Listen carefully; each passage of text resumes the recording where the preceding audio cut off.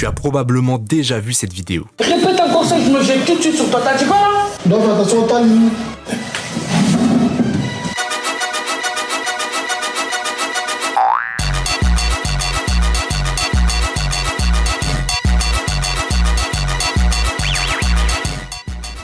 « 9,7 millions de vues, 1,1 million de likes et plus de 10 000 commentaires. La publication a fait le tour de la France.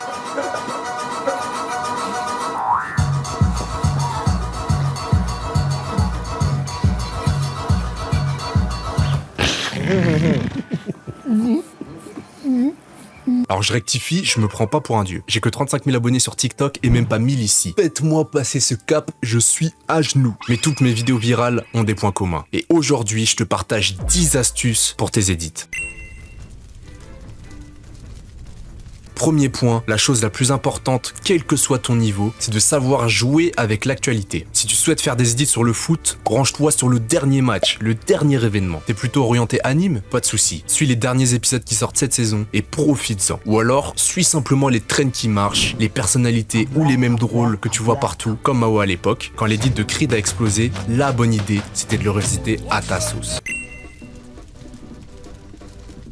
Garde une direction claire sur TikTok ou YouTube. Je suis le pire exemple là-dessus. J'ai passé mon temps à tester de nouvelles choses sur mon compte et je peux te dire c'est une très mauvaise idée. J'ai posté énormément de contenus différents. Blagues, montage, best of the live, contenu anime ou foot. Et maintenant mon compte il est quasiment mort. Et même si tu as 50 000 abonnés, tes followers ne sauront pas qui tu es si tu mélanges tout. Et ça ne te garantira pas de meilleurs stats non plus. Pour ce qui est des edits, on peut se dire que c'est différent. Mais si tu pars sur un compte anime et que tu souhaites de temps en temps faire des posts foot, je conseille quand même de séparer les comptes. Et ça s'applique sur tous les sujets. Le but c'est de réunir des gens et qu'ils sachent qui tu es. Oh lui c'est le mec trop fort en edit d'anime. Oh lui il fait des trucs de fou en rapport avec le PSG. Faut que le mec après les matchs il se dise oh là là on vient de faire un match de fou. J'ai hâte de voir ce qu'il va nous cuisiner lui. Par exemple. Ce point rejoint un peu le premier, mais il faut savoir utiliser les bonnes musiques au bon moment. Mon edit sur Awa ne serait probablement jamais parti aussi fort si j'avais utilisé une musique moins tendance à l'époque. Apprendre à naviguer sur les plateformes, repérer les musiques qui marchent et les utiliser. Tu serais choqué de toutes les idées que je garde dans mes favoris. Ensuite, soit tu as une idée et tu trouves la musique adaptée, soit tu pars de la musique et tu construis la mise en scène autour. Bien sûr, tu peux aussi avoir une idée incroyable avec une musique en particulier et tenter direct. Mais pour un compte qui débute, chaque chance d'optimiser ses vues est bonne à prendre. Tu t'es pas encore fait un nom sur le réseau. Le rythme est tout aussi important. Il faut que ton montage colle parfaitement à la musique. Sur toutes mes vidéos, je marque chaque cut directement sur le beat. Sois régulier. Alors je vais pas te sortir un bullshit comme quoi il faut poster obligatoirement tous les jours, mais le réseau va quand même très vite t'oublier. Donc évite de prendre des pauses de 3 semaines ou de rien poster parce que tu prépares l'Omega Edit of All Time qui va faire 300 vues. Encore une fois, je parle en connaissance de cause, ça m'est encore arrivé la semaine dernière. Force-toi à poster une fois par semaine, grand minimum, et si possible, aussi entre quelques vidéos faciles qui suivent les trends et un projet plus ambitieux que tu bosses pendant la semaine. Par exemple, moi j'essaie de faire 2 edits format vertical, pas forcément ultra travaillé, mais efficace, et un gros montage que je sors le week-end. Privilégie la qualité à la quantité, mais reste raisonnable. Et pour pouvoir suivre les trends facilement, on arrive au prochain point. Il faut que tu pratiques et encore pratiques. Moi aussi, j'ai commencé en étant claqué au sol. La meilleure solution a été de me forcer à faire un edit par jour pendant quasiment 1 mois pour vraiment avoir un maximum de base, puis de continuer à produire pour apprendre petit à petit plus de techniques et d'astuces via des tutos et la pratique. Mais pour toi, j'ai déjà 2 solutions pour accélérer cette phase. La première, tu peux rejoindre le Discord. Je pourrais t'aider si tu galères ou encore faire des retours sur tes créations. Et ça pourra aussi vous motiver à avancer plutôt que bosser seul dans votre coin. Le lien est en description. Et la deuxième solution n'est autre que de t'abonner. Lâche un pouce bleu et dis-moi dans les commentaires les tutos que tu voudrais que je fasse pour les prochaines vidéos. Beaucoup de contenu est à prévoir. Commencez toujours un edit avec une idée claire en tête, une intention, transmettre une émotion, faire rire, un moment épique. Il faut que ton œuvre raconte quelque chose, que le viewer ressente des émotions en regardant la publication. Suivre une trend pour suivre une trend sans trop de conviction peut marcher, mais si tu sais pourquoi tu fais ta vidéo, l'inspiration viendra toute seule et tu seras d'autant plus fier de ta création. On a parlé de la qualité de ton edit, mais il y a un autre point très important, c'est la qualité visuelle de ta vidéo. Garder un rendu en parfait état entre le moment où tu l'as fini et le moment où tu le postes. Pour ça, c'est très simple, je vais te donner ma routine d'export. Tout d'abord, sur After Effects, tu fais exporter sur Media Encoder. Ensuite, ton projet va apparaître et tu cliques ici. Et voici ensuite mes paramètres que je ne change jamais.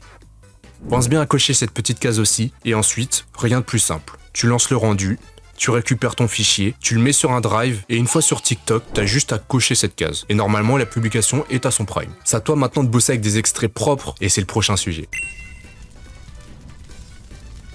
Bosser avec des extraits en bonne qualité. C'est une des problématiques que j'ai réglées directement pour ne pas avoir à m'en soucier et perdre un temps fou. Il te suffit juste d'avoir 2-3 outils qui te faciliteront la tâche. Commençons par ceux qui veulent bosser sur les animes. Nia.si, c'est le Graal. T'as juste à installer de quoi télécharger les torrents et tu auras accès à tout. Quel que soit l'épisode ou l'œuvre que tu cherchais, il sera sur le site et en qualité maximale. Ensuite, pour ceux qui seraient dans le foot, j'ai pas encore la solution parfaite, mes montages restent perfectibles en termes de qualité, mais le logiciel qui aide énormément, c'est ByClick Downloader. Un logiciel payant, je précise, qui permet de télécharger n'importe quelle vidéo en 1080p sans pub. C'est l'astuce la plus rentable et la moins chère, sachant que derrière, tu peux t'en servir pour des overlays et un nombre illimité de vidéos sans se prendre la tête. Un gain de temps et un investissement rentable.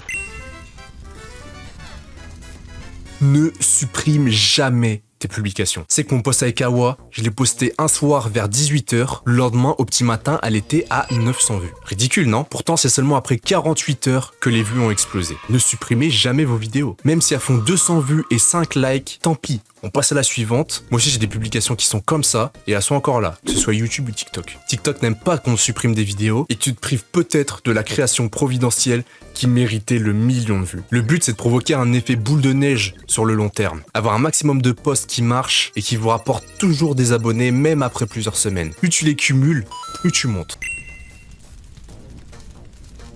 Et enfin, dernier point qui relie un peu celui d'avant, n'hésite pas à capitaliser un maximum quand tu as un type de contenu qui marche. À l'époque, j'avais fait un edit dans ce style. Quand la France était en train de perdre son match de finale de Coupe du Monde contre l'Argentine et qu'il restait seulement 10 minutes de jeu. Un homme s'appelant Kylian Mbappé s'apprêta à passer à la vitesse supérieure. Ce qu'il ne savait pas, c'est que durant 4 minutes et 11 secondes, Mbappé était invincible.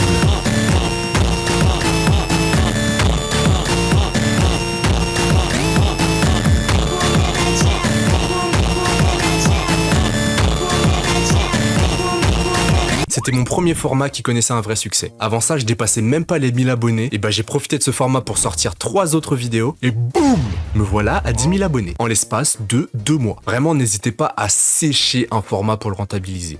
C'est dommage de passer à côté de stats faciles, mais attention, c'est le même format, mais il faut que le sujet diffère et que ça reste travaillé. Ça sert à rien de tomber dans le spam. Et voilà, c'était mes 10 astuces. N'hésitez pas à rejoindre le Discord et à vous abonner, et on se retrouve bientôt pour d'autres astuces. Bye la team!